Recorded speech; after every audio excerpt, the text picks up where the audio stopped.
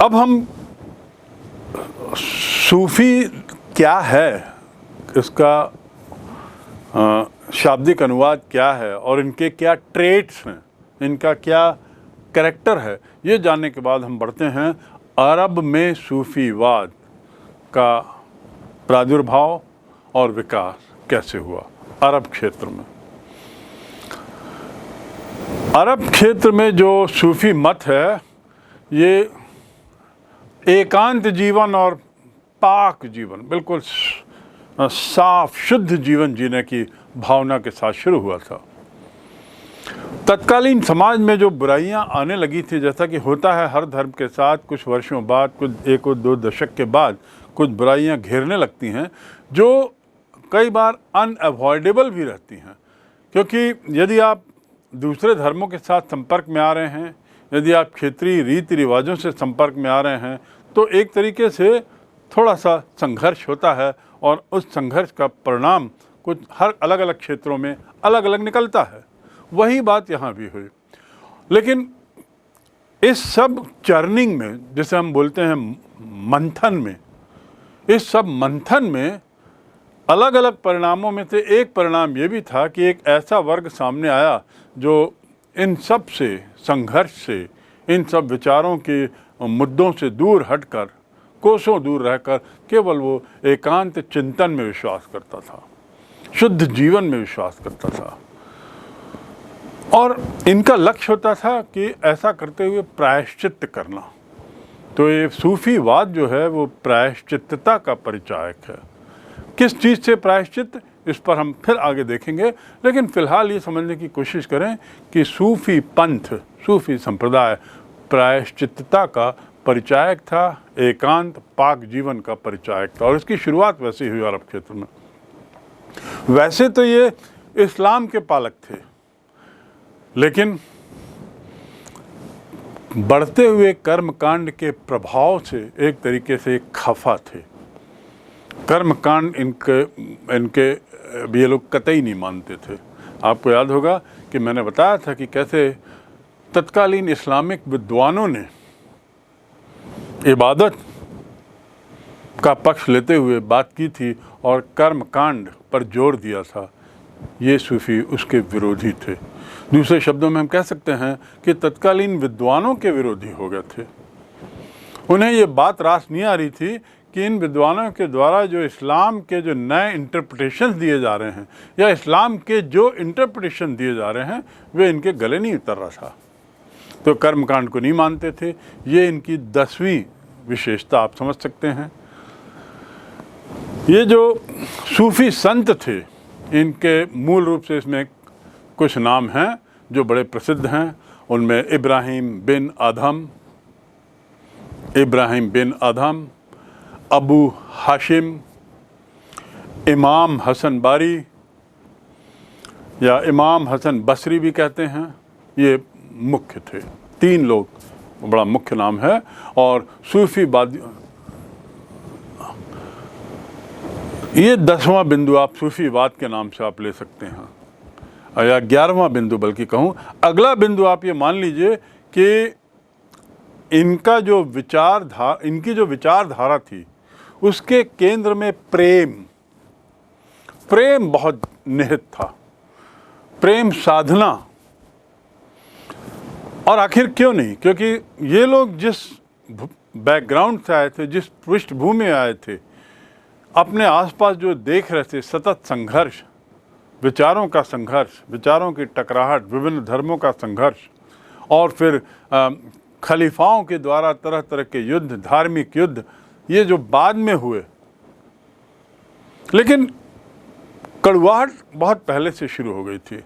तो इसलिए इनकी भावनाओं के केंद्र में प्रेम साधना था। इन्होंने स्वीकार किया, अगला बिंदु, अगला विचार इनका, कि परमात्मा जो है वो सर्वव्यापक है। अल्लाह इज़ ऑल परवेसिव, सभी जगह व्याप्त है।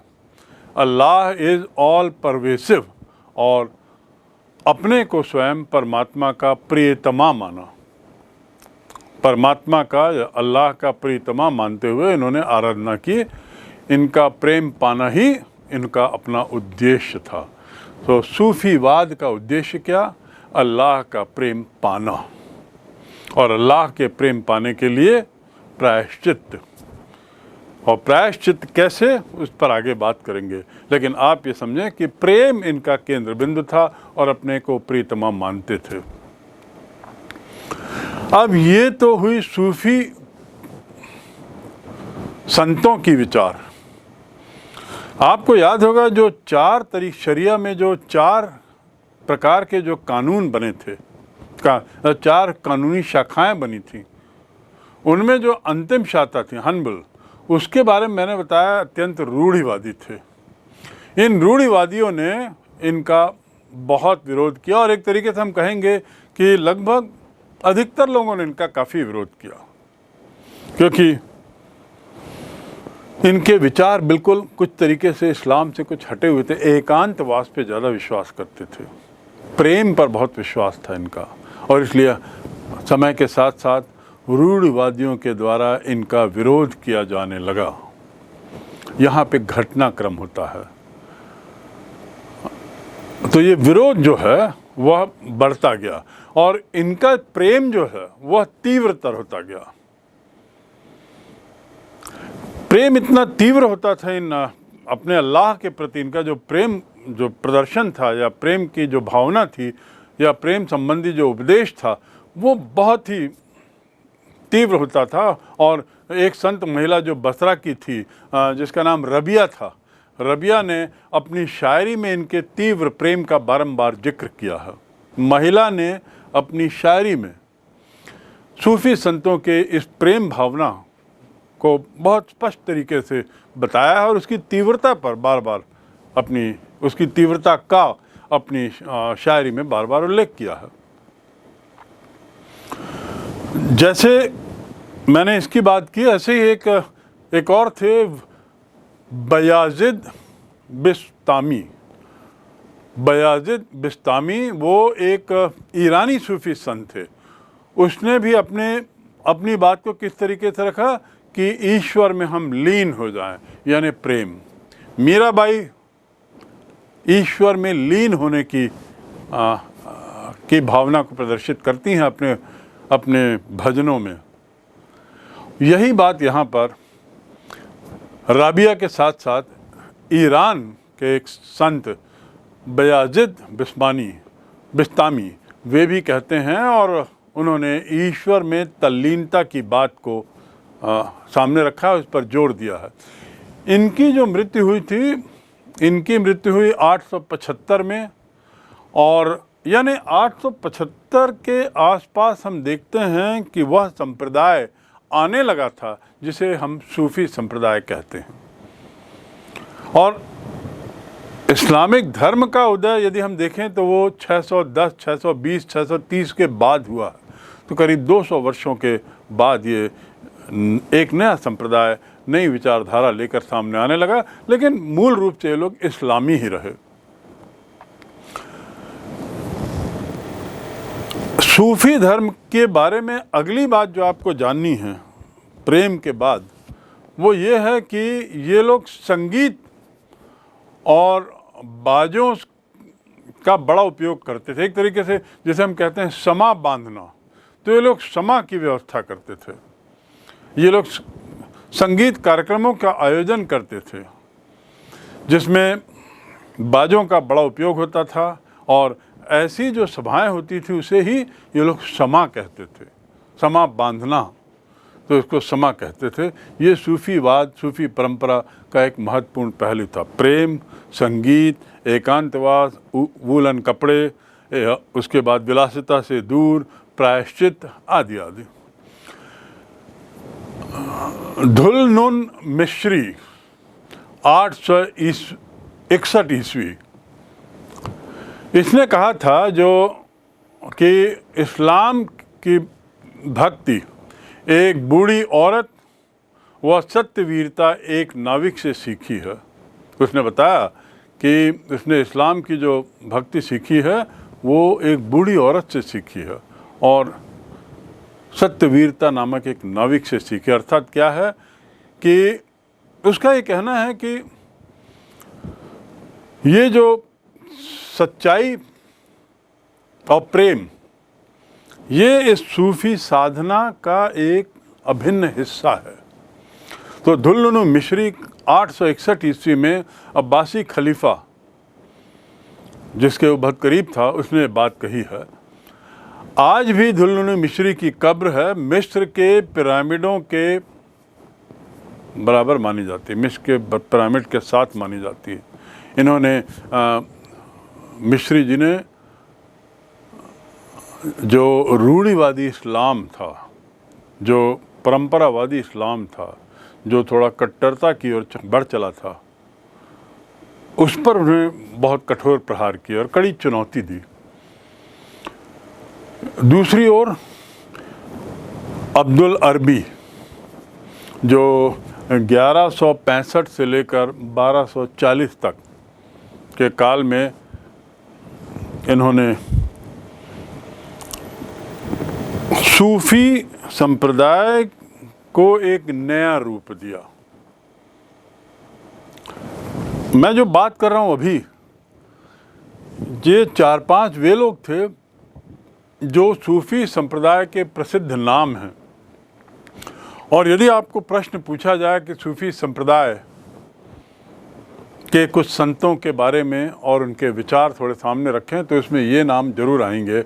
और जो ये नाम बता रहा हूँ आपको, दुल्लुनु मिश्री के बाद अब जो अगला नाम जो मैंने बताया कि वो अब्दुल अरबी 1165 से 1240, ये इसलिए प्रसिद्ध है कि इसने सूफीवाद को एक तरीके से रहस्य का जामा दिया। और ये अगला बिंदु हो जाता है, यदि आपसे सवाल पूछा जाए कि सूफीवाद क्या है, सूफी धारा से आप क्या समझते हैं, तो ये 14-15 बिंदु आपको लिखने पड़ेंगे, बताने पड़ेंगे, जिसमें अभी जो मैंने आखिरी में बताया वो था रहस्यवाद की ओर ये आगे बढ़ता है। इसका जो दर्शन है, इसकी जो फिलॉसफी है, वो रहस्यवाद की ओर से ज़्यादा प्रभावित है। उनके विचारों को रूढ़िवादी इस्लाम ने तो कतई स्वीकार नहीं किया, और इसका कहना था वैसे ही कि ईश्वर सर्वव्यापी है, सभी मानव समान हैं, खुदा की जो झलक है, खुदा का जो पुट है, वो सभी में पाया जाता है, ऐसा इनका भी कहना था, जो सामान्यतः सभी संतों का विचार होता। लेकिन ये संत इसलिए विशेष प्रसिद्ध हैं कि उन्होंने सूफीवाद को एक तरीके से रहस्यवाद का रूप दिया। बसरा जो क्षेत्र है वह सूफियों का केंद्र था। देखिए नक्शे में बसरा कहाँ है। बसरा, आपको याद होगा, बसरा वही क्षेत्र था जहाँ पर प्रारंभिक लड़ाई के समय खानाबदोश लोगों को सैनिक शिविर में रखा जाता था। जिन 2 शहरों में से रखा जाता था उनमें से उल और बसरा में, बसरा शहर में बहुत बड़ी संख्या में खानाबदोश लोगों को सैनिक के रूप में रखा जाता था इन खलीफाओं के द्वारा, ताकि वे उनका नियंत्रण मक्का मदीना से बसरा पर बेहतर रहे। जहाँ जो बसरा जो सूफियों का केंद्र था, जहाँ मंजूर हलाल सूफीवाद के प्रमुख विद्वान थे, तो ये अगले विद्वान हुए मंजूर हलाल। जैसा मैंने बताया बसरा क्षेत्र के बारे में, और वहाँ जो बसाहट थी, उस बसाहट में सैनिक तो थे ही, साथ ही साथ सूफी संतों का केंद्र भी बन गया था। यहाँ मंजूर हलाल नाम के बहुत प्रसिद्ध सूफीवाद के प्रमुख विद्वान रहते थे, जिनका नाम था मंजूर हलाल। इनकी सोच एक कदम और आगे थी। वे कहते थे कि अल्लाह से ईश्वर प्राप्त, अल्लाह से अनुमति मैंने प्राप्त कर ली है, और उस अनुमति के तहत स्वयं को वो हलतक कहते थे। हलक, ये स्वयं को कहते थे, जिसका अर्थ है मैं स्वयं ही ईश्वर हूँ, मैं स्वयं ही ईश्वर हूँ। ऐसी सोच, ये बड़ी क्रांतिकारी सोच थी उस परिप्रेक्ष्य में, और इनके द्वारा ये कहा जाना उसने सूफीवाद को और आगे बढ़ाया। अन्य विद्वानों की तरह ये भी सर्वव्यापी ईश्वर की उपस्थिति पे विश्वास करते थे और उन्होंने काफ़ी कोशिश की कि वो सिद्ध कर सकें कि ईश्वर जो है वो सर्वव्यापी है। बहुत समय बाद इब्न अरबी के विचारों को आधार मानकर वहदतुल नुजूद की दार्शनिक अवधारणा रखने का श्रेय इनको जाता है। वहदतुल वजूद, इस अवधारणा को, इस दार्शनिक विचारधारा को रखने का श्रेय इनको जाता है। ये जो विचारधारा है मंजूर हलाल की, ये विचारधारा किससे प्रभावित हुई? इब्न अरबी के विचारों से। सूफीवाद की बात करें तो ये बात तय है कि जो रूढ़िवादी इस्लामिक विचारधारा के लोग थे, जो लोग परंपरागत विचारधारा के लोग थे, वे सूफीवाद का दिन प्रतिदिन विरोध कर रहे थे और वो विरोध बढ़ता ही जा रहा था। इस बढ़ते हुए विरोध को खत्म करने के लिए एक विद्वान जिनका नाम है अल गजाली, क्या नाम है? अल गजाली, जो सूफी संत हैं। 1058 से 1112 का इनका काल होता है। 1058 से 1112, इस काल में उन्होंने काफ़ी कोशिश की कि रूढ़िवादियों और सूफी संतों के विचारों में जो टकराहट है उसको कम किया जा सके, उनके बीच में सामंजस्य बैठाया जा सके, एक तरीके से समझौता हो। तो विरोध समाप्त करने के लिए उन्होंने कई महत्वपूर्ण कदम उठाए। जलालुद्दीन रूमी और फरीदुद्दीन अत्तर, इन्होंने भी सूफीवाद के प्रचार के लिए काफ़ी प्रयास किया और मतभेद उस सब के बावजूद भी समाप्त नहीं हुए, क्योंकि सूफी संतों की रहन सहन, उनकी शैली, उनका क्रियाकलाप, उनका रहस्य, उनके अपनी पूरी जीवन शैली को, पूरी दिनचर्या को रहस्यमयी बनाए रखना, ये जो तरीका था वो एक तरीके से इस्लामिक, मूल इस्लामिक, जिसे रूढ़िवादी इस्लामिक कह सकते हैं, उससे मेल नहीं खाता था। तो इसलिए दोनों के बीच में सामंजस्य बैठाना बड़ा मुश्किल हो रहा था और प्रयास भी सतत हो रहे थे। यद्यपि सूफीवाद का जो प्रेरणा स्रोत है या सूफियों का जो प्रेरणा स्रोत है वो तो कुरान ही था, हदीस ही था, लेकिन उसके बावजूद भी सूफीवाद का विरोध होते रहा और सारे विरोध के बावजूद भी सूफीवाद जो है वो इस्लाम का ही एक अंग बना रहा। उसने कभी भी अपने को इस्लाम से अलग नहीं माना, क्योंकि उनका जो आधार था वो हदीस में था, वो कुरान में था, वो उसमें इस्लाम में एक तरीके से समादिष्ट था, उसमें इस्लाम में अंदर निहित था। तो इसलिए ऐसी कल्पना भी नहीं की जा सकती थी कि सूफीवाद इस्लाम से अलग होके एक नए धर्म का रूप लेगा। ये इस्लाम में सतत रूप से बना रहा। यद्यपि सतत प्रयास विभिन्न सूफी विचारकों के द्वारा इस बात के लिए होता रहा कि इस्लाम के जो रूढ़िवादी विद्वान हैं उनसे बेहतर तालमेल बैठाया जाए, लेकिन सफलता उतनी अपेक्षित नहीं थी। ये तो हुई सारी बातें सूफीवाद पर, और सूफीवाद पर का जिक्र करना इसलिए आवश्यक था क्योंकि हमारा विषय है ज्ञान और संस्कृति, इस्लाम के परिप्रेक्ष्य में ज्ञान और संस्कृति का विकास। इसलिए सूफीवाद का यहाँ जिक्र हुआ क्योंकि उसने एक नई तरह की विचारधारा को जन्म दिया। अब ज्ञान के हम दूसरे पहलू पर आते हैं, धर्म से हटकर बौद्धिक ज्ञान, तार्किक ज्ञान की ओर, जहाँ पर कुछ नए नए विचार और सामने आए। इस्लामी विद्वान जिन लोगों का संपर्क यूनान से हुआ जो पूर्व में था, और ईरान यूनान इन सब पे विजय पाने के बाद उनका जो संपर्क बढ़ा, तो इसके दर्शन से प्रभावित होकर उन्होंने इस्लामिक विद्वानों ने एक नए तरीके के विश्व की कल्पना की। उनका जो विश्व था वो एक दूसरे तरह का विश्व था। 7वीं सदी के आसपास ससानी में जो पुराने यूनानी संस्कृति थी, उसके हम बहुत सारे अवशेष, बहुत सारे खंडित चिन्ह देखे जा सकते हैं। ये किसके? ससानी डायनेस्टी एम्पायर के, जो पुरानी यूनानी संस्कृति से प्रभावित था।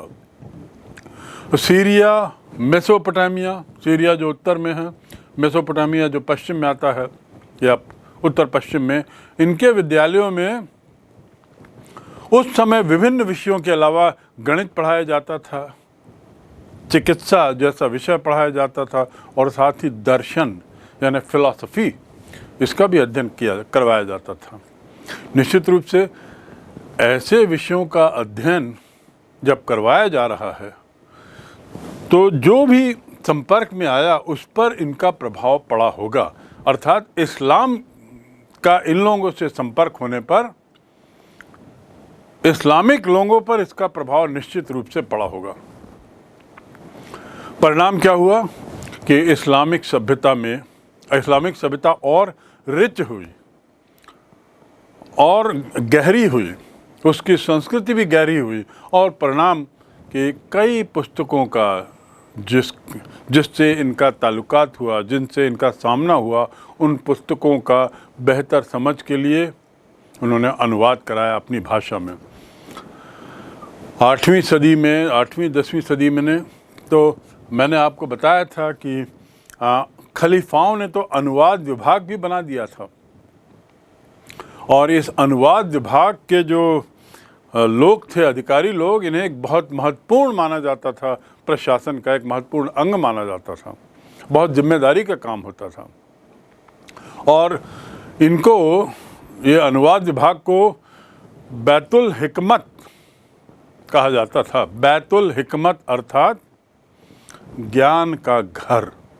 इतना महत्वपूर्ण स्थान इस्लामिक विद्वानों ने, इस्लामिक प्रचारकों ने, इस्लामिक अनुयायियों ने ज्ञान को दिया, और ज्ञान पिपासा की पूर्ति के लिए विभिन्न धर्मों में, विभिन्न भाषाओं में जो किताबें लिखी गई थी, उसका अनुवाद कराने हेतु उन्होंने अनुवाद विभाग बनाया, जिसका नाम बैतुल हिकमत अर्थात ज्ञान का घर, ऐसा नाम दिया। इस जगह, इस ज्ञान के घर में, बैतुल हिकमत में, उन्होंने एक तरीके से बाइजेंटाइन, यूनान, मिस्र, भारत, ईरान आदि देशों के अलग अलग सभ्यता की जो विद्या थी, अलग अलग जो ज्ञान था, उसका अनुवाद किया। भारत भी उसमें शामिल था। ये वही काल है लगभग जब मोहम्मद गजनी पे शासन कर रहा था। यही वही काल से अर्थ मेरा तात्पर्य है 1098 में वहाँ शासन कर रहा था। इस काल के आते आते तो काफ़ी विस्तृत अनुवाद हो चुके थे, क्योंकि अनुवाद विभाग की स्थापना लगभग 8वीं से 10वीं शताब्दी के बीच में हुई थी। इस भारत की जहाँ तक बात करें तो पंचतंत्र का भी अनुवाद फारसी भाषा में किया गया, और पंचतंत्र की कहानियों से अरब जगत वाकिफ हो गया।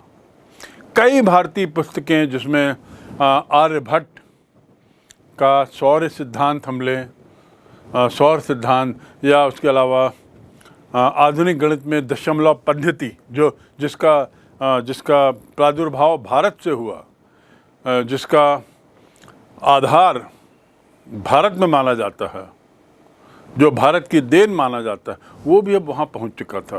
तो इस प्रकार हम कह सकते हैं कि अनुवाद विभाग के बल पर इस्लामिक विद्वानों ने, और अपनी ज्ञान पिपासा को संतुष्ट करने के लिए उन्होंने ज्ञानार्जन में कोई कमी नहीं की, और विभिन्न समुदायों, विभिन्न धर्मों, विभिन्न सभ्यताओं से संपर्क में आने पर जो भी उन्हें ज्ञान मिला, उसे उन्होंने सुनिश्चित किया कि उनकी पहुंच इन ज्ञान भंडार की ओर हो, और उसमें अनुवाद विभाग का एक बहुत अहम योगदान था।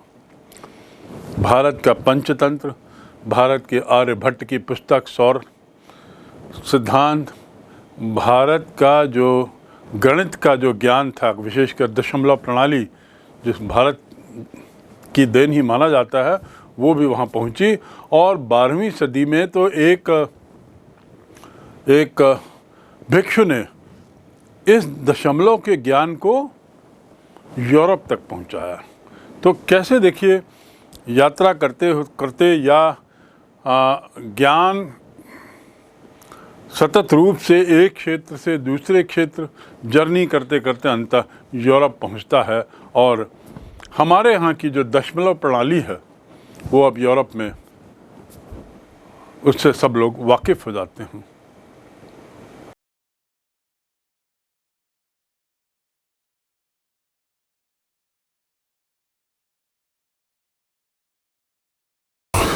सूफीवाद और उसके उदय की हमने व्याख्या की, समझने की कोशिश करी, और उस पर कई बिंदुओं पर हमने कोशिश की कि आप उसको बिंदुवार समझें और उन बिंदुओं को सूफीवाद की व्याख्या करते समय अपने ध्यान में रखें।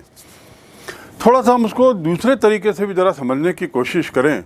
जहाँ तक कारण और उसके विस्तार की बात है, तो ये जानना जरूरी होगा कि सूफीवाद के जन्म का एक कारण ये भी था, या सूफीवाद के उदय का एक कारण ये भी था, कि जिस काल में ये बातें हुई उस काल में एक नवीन वर्ग सामने आ चुका था। एक ऐसा नया वर्ग जो अरब, सीरिया, ईरान, इराक, मिस्र, वहाँ टर्की और इसके अलावा वे क्षेत्र, पर्शिया के क्षेत्र, ईरान के क्षेत्र जो से एम्पायर के, अरब एम्पायर से, इस्लाम से जुड़ चुके थे, उनका एक मिश्रण सामने आया। मैंने उस दिन भी, इसके पहले के वीडियो में भी आपको बताने की कोशिश की है कि कैसे मिश्रण ने एक नए विचार को जन्म दिया, नई संस्कृति को जन्म दिया, और उसी संस्कृति का हिस्सा था कि ये नवीन वर्ग आया जिसके कुछ विचार अलग थे, सोच अलग थी, कौतूहल था, उत्सुकता थी, जिज्ञासा थी, जीवन को बेहतर समझने की ललक थी। ये लोग, जो नवीन वर्ग था, ये रहस्यवाद पर इसका विश्वास था और जीवन को एक रहस्य की तरह देखता था, और इसका मानना था कि तपस्या इसका एक उत्तर है। इसको पाने का, सूफी के लक्ष्यों को पाने का, सूफी विचारधारा के तहत तपस्या एक बहुत अहम अंग हुआ करता था।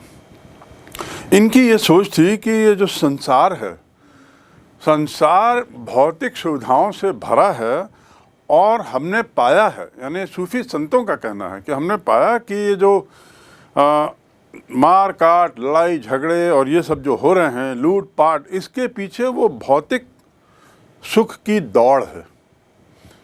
इसके पीछे भौतिक सुख को पाने की जो उत्कंठा लोगों में है, वह इसका कारण है। साथ ही उनका ये कहना था, आपको याद होगा कि मैंने पहले पूर्व में बताया आपको कि कैसे इस्लाम ने जो चीज़ों को वर्जित किया था, ऐसी वर्जित चीज़ों पर भी इस्लाम के कुछ अनुयायी एक अलग रास्ता थोड़ा सा तैयार कर लिए थे, और लूट कर ऐसी कुछ चीज़ें उन्होंने शुरू कर दी थी जो धन के प्रति उनके लगाव को दिखाती थी, भौतिक सुविधाओं के, सुख सुविधाओं के तरफ जाने की इच्छा को बताती थी। इन सूफी संतों की विचारधारा थोड़ी अलग थी। इन्होंने कहा भौतिक सुविधाएं, सांसारिक सुविधाएं, इनसे हमको दूर रहना आवश्यक है। संसार से विरक्ति इसके लिए जरूरी है। क्या? संसार से विरक्ति, ये सूफी वर्ग का मानना था। और इसलिए उनका कहना था कि संसार से विरक्ति, या भौतिक सुविधाओं से दूर होने का तात्पर्य है कि एक तरीके से हम वैरागी बन जाएं, वैराग्य। और यदि हम वैरागी बनते हैं तो उसकी पराकाष्ठा पर जाते हैं, वैराग्य की पराकाष्ठा पर, तो हमें एक तरीके से सर्वेश्वरवाद की अनुभूति होती है। सर्वेश्वरवाद इस शब्द का उपयोग पहले किया जा चुका है। सर्वेश्वरवाद की अनुभूति का अर्थ ये है कि मानव की आत्मा और आत्मा के निर्माता, इन दोनों में बहुत निकटता आती है। कब आएगी? जब हम वैराग्य लें, और वैराग्य के जब चरम पर पहुँचें तो पूरी संभावना है कि मानव की आत्मा और आत्मा के निर्माता अर्थात अल्लाह, खुदा, इनके बीच की निकटता बहुत अच्छी हो जाएगी, बहुत पास होंगे। इन दोनों के बीच का मिलन यानी मानव की आत्मा और आत्मा के निर्माता यानी अल्लाह का मिलन तभी संभव है जब हम वैराग्य की ओर जाएं, जब हमारी भौतिक चीज़ों से उत्पन्न हुई उत्कंठा शून्य होती चली जाए, हम सांसारिक सुखों से दूर होते चले जाएं, तो मिलन संभव होगा। और इससे हमें जहाँ एक ओर हम भौतिक सुख से दूर होते जाएंगे, दूसरी ओर वहीं हम खुदा के निकट जाते जाएंगे। खुदा के प्रति हमारा प्रेम तीव्रतम होता जाएगा। और यही खुदा के प्रति प्रेम को ही उन्होंने अपनी भाषा में इश्क कहा। इश्क, खुदा के प्रति प्रेम को अपनी भाषा में इश्क कहा।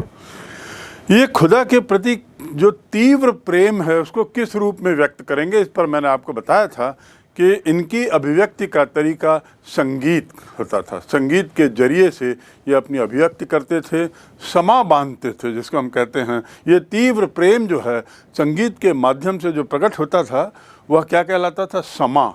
समा यानी एक तरीके से सामूहिक संगीत, जिसमें एक साथ सब लोग बैठकर अल्लाह को याद करते हैं और संगीत के जरिए अल्लाह के अपने प्रेम को प्रकट करते हैं।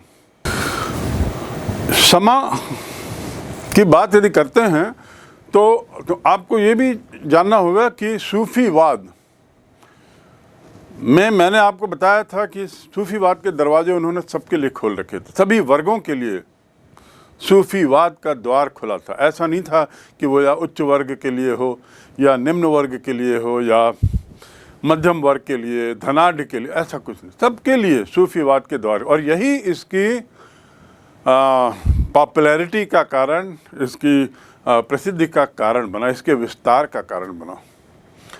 सूफीवाद की जब बात करें तो एक आपको ये जानना होगा कि उसमें कुछ लोगों ने इसमें बहुत महत्वपूर्ण भूमिका निभाई है, और उन महत्वपूर्ण भूमिका निभाने वालों में जो तीसरा नाम आता है वह है चुलनुन मिस्त्री। आपको याद होगा, मैंने बताया था। इसको फिर से मैं थोड़ा दोहरा दूं। चुलनुन मिस्त्री इसलिए प्रसिद्ध है कि उसने खलीफा को चैलेंज किया था, खलीफा का विरोध किया था, और उनका कहना था कि सच्चा इस्लाम और सच्ची वीरता यही हमें अल्लाह की ओर, पैगंबर की ओर ले जा सकता है। सच्चा इस्लाम और सच्ची वीरता। सच्चा इस्लाम से उनका तात्पर्य, उन्होंने सच्चा इस्लाम की व्याख्या करते हुए कहा कि मुझे सच्चे इस्लाम की जानकारी तो एक वृद्ध महिला से मिली। किससे मिली? एक वृद्ध महिला से। यानी उसके लिए उन्होंने कहा कि मुझे किसी संस्था के पास जाना, किसी संस्थागत तरीके से अर्चना प्रार्थना करना, इसकी कोई ज़रूरत नहीं। कोई भी इसको समझा सकता है, कोई भी इसे समझ सकता है। तो उन्होंने एक वृद्ध महिला का उदाहरण दिया, और उसके पीछे उसका मकसद यही था कि किसी से भी समझा जाए। और साथ ही सच्ची वीरता जलवाहक से मिलती है, उन्हें मिली थी, ऐसा चुलनुन मिस्त्री का कहना था। तो इस प्रकार इसने इस्लाम को एक तरीके से व्यक्तिवादी, सूफीज़म को एक तरीके से व्यक्तिवादी रूप देने का उसने कहा। मतलब उसका कहना था कि सूफीवाद कोई संस्था नहीं है, ये कोई संस्थावाद नहीं है, यह बल्कि एक व्यक्तिवादी विचारधारा। हर व्यक्ति को अपने लिए प्रयास करें तो वो अल्लाह तक पहुंच सकता है। इसके लिए किसी ऐसे मार्ग की ज़रूरत, किसी गुरु की ज़रूरत, किसी आराध्य उसकी ज़रूरत, कुछ भी तरह की ज़रूरत नहीं। और यही उनकी नज़र में इस्लाम है। सच्चा इस्लाम, धन सच्ची वीरता ही इस्लाम। इस प्रकार हम देखते हैं कि इसने ये जो चुनमुन मिस्त्री की जो बातें थीं, जिसमें उन्होंने तत्कालीन विचारों को विरोध किया, एक तरीके से उन्होंने रूढ़िवादिता का विरोध किया। और ये रूढ़िवादिता का विरोध एक तरीके से तत्कालीन खलीफाओं, तत्कालीन रूढ़िवादी समाज के लिए एक बहुत बड़ी चुनौती हो गई थी, बहुत बड़ी चुनौती हो गई थी। तो निष्कर्ष ये है कि कुछ लोगों ने इसके विस्तार में बहुत अहम योगदान दिया। इसके पहले मैंने आपको रबिया का नाम भी बताया था। वह भी एक ऐसी महिला थी, महिला सूफी संत, जिसने इसके विस्तार में बहुत योगदान दिया।